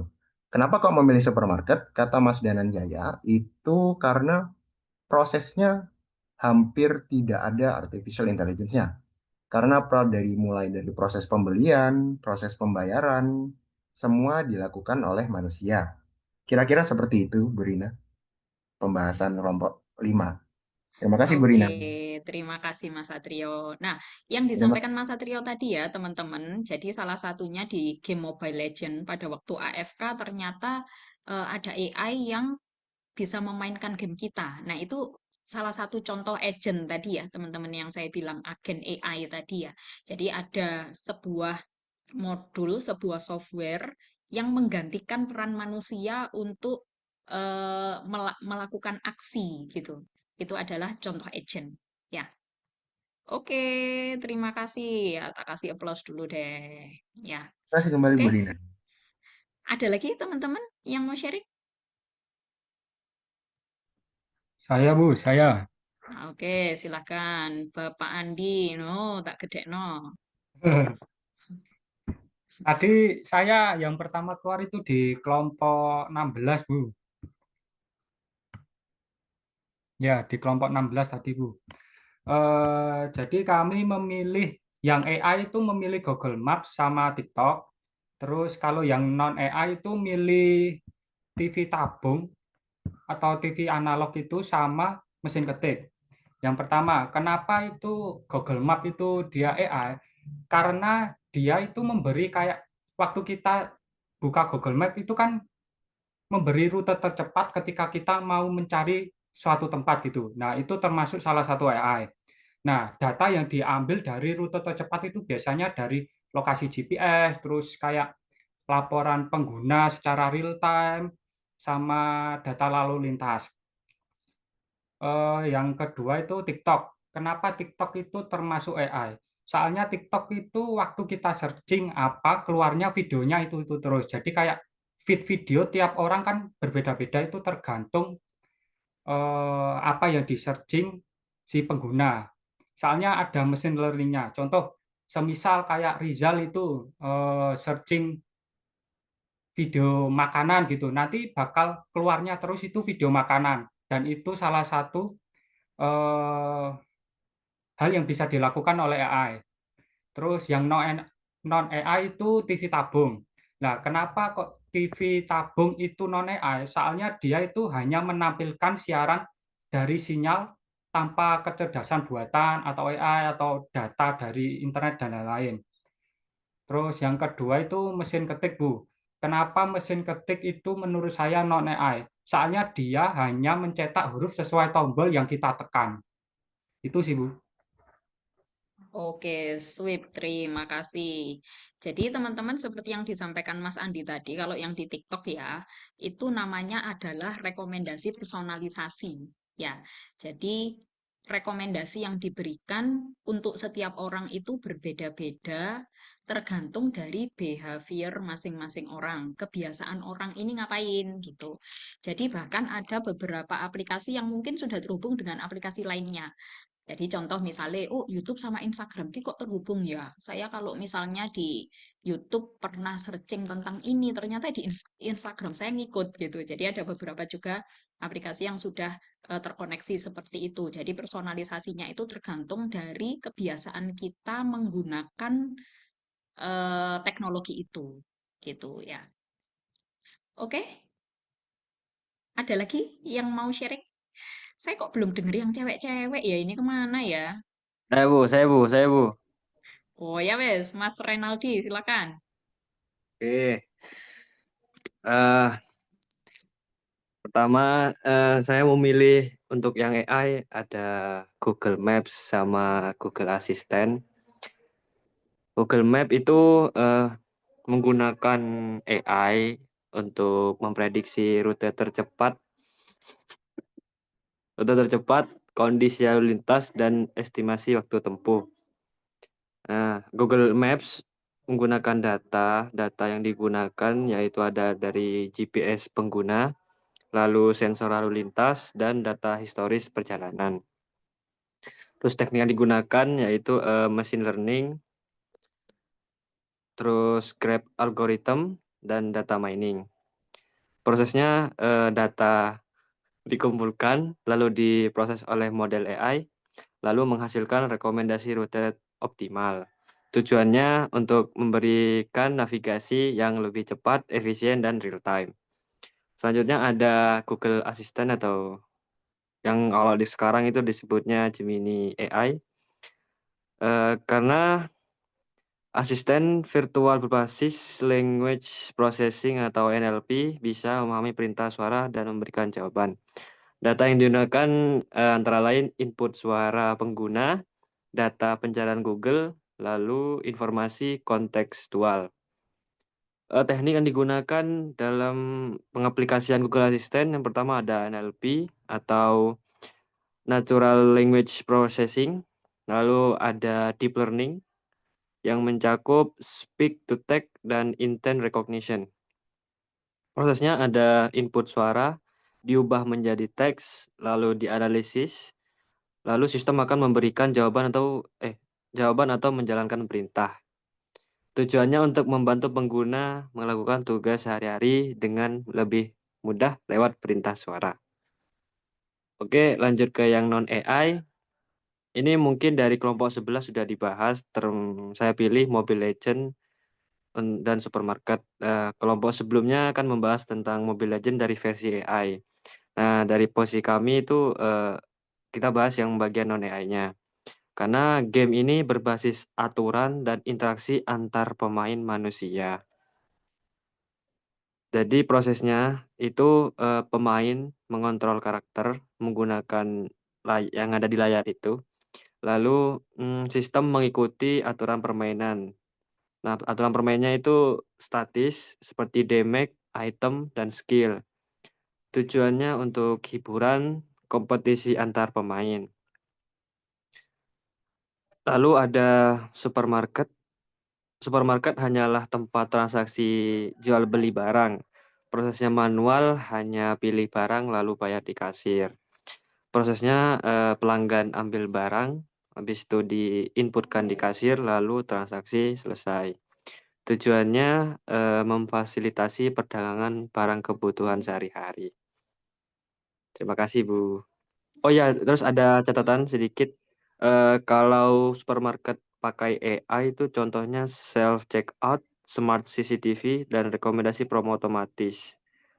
Sementara ini mungkin supermarket seperti Superindo, seperti itu. Terima kasih, Bu. Oke, terima kasih Mas Renaldi. Oke, jadi seperti yang saya sampaikan tadi ya teman-teman, beberapa teknologi itu tergantung dari sudut pandang kita ya. Jadi kalau kita melihat sudut pandangnya misalnya supermarket dari sisi proses bisnisnya, pembeli masuk, memilih barang, pergi ke kasir ya bukan AI gitu ya. Tapi kalau kita melihat dari sudut pandang yang lain, misalnya kita lihat dari sudut pandang, oh ada satu proses di sana misalnya yang namanya adalah self service tadi. Oh itu termasuk AI misalnya. Itu sangat boleh gitu ya. Nah, saya bahas sedikit tadi teman-teman banyak yang milih Google Maps ya. Salah satunya kelompok yang terakhir tadi Mas Renaldi juga membahas tentang Google Maps.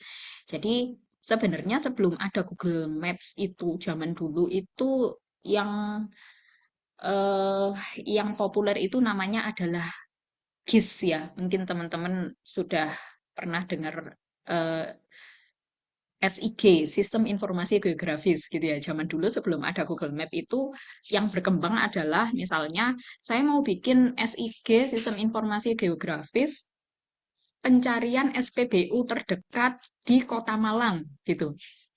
Nah, pada waktu itu dia belum termasuk AI teman-teman. Kenapa? Karena datanya statis. Jadi prosesnya biasanya membuat SIG waktu dulu saya survei ke Kota Malang, saya data ada berapa SPBU, lokasinya tak data, terus saya bikin mapnya tak digitalisasi gitu ya. Terus setelah digitalisasi dikoneksikan sama database sehingga nanti kalau misalnya ada orang nyari start pointnya di mana, kemudian dia akan mencari SPBU yang terdekat di mana.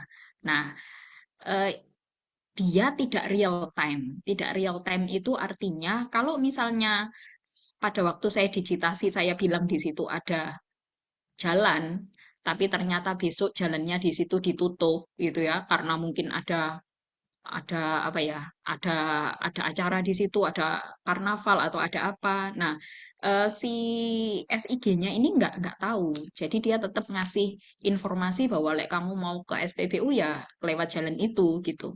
Nah itu dulu sebelum adanya Google Maps seperti itu teman-teman. Tapi saat ini setelah ada Google Maps eh aplikasi SIG atau sistem informasi geografis itu hampir semua juga real time memanfaatkan API-nya dari Google Maps, kemudian Waze misalnya ya dari beberapa API-API yang memang sudah disediakan yang bisa secara real time. Jadi untuk beberapa SIG zaman sekarang itu rata-rata semua juga sudah berbasis AI. Jadi kalau zaman dulu itu berbasis database, biasanya terbatas, cuma di Kota Malang aja, misalnya di Kota Surabaya aja gitu. Jadi nggak real time gitu. Itu gambarannya sedikit. Ya, ada yang mau sharing lagi? Mungkin satu lagi kelompok terakhir, cewek-cewek deh. Kalau ada, ayo, ayo. Ada yang mau share? Yang cewek-cewek, Bu. Biar ada suaranya, Ya, Bu. lah makanya dari tadi saya aja sendirian yang cewek ini ya. Ayo cewek-cewek. Ada siapa aja ya di sini ya? Ada Mbak Andin, ada Mbak Aulia, Mbak Chelsea, ada Mbak Desriana Abi, Dini, Vika, Gintan. Lu banyak lu ternyata ceweknya. Ya, Bu. Ayo, Kinasi, Mei Savana, Mia. Ayo, salah satu yuk. Ayo lo. Ayo, selalu we lu arek-arek.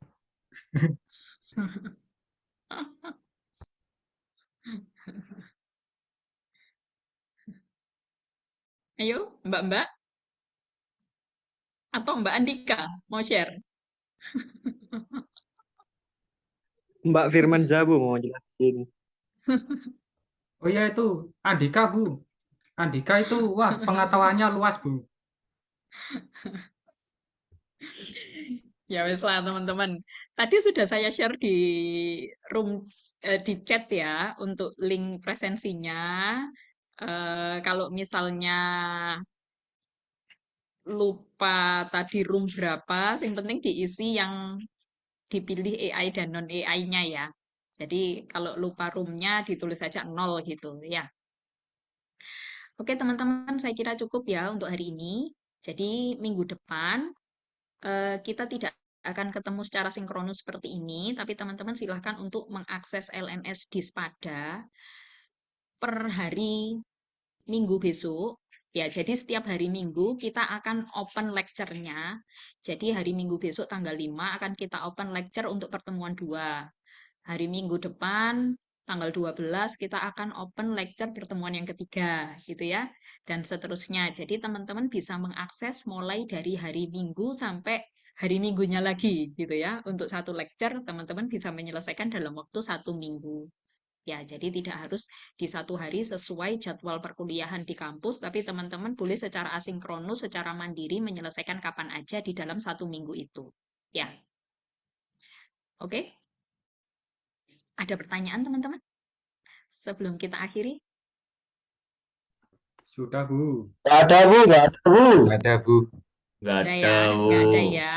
Jadi di Sebelumnya, kesempatan selanjutnya, insya Allah semoga kita bisa bersua dengan Pak Kurniawan ya secara langsung ya untuk teman-teman yang belum pernah bertemu, khususnya teman-teman mahasiswa Asia ya. Nanti mungkin di pertemuan ketiga materinya akan disampaikan oleh Pak Kurniawan.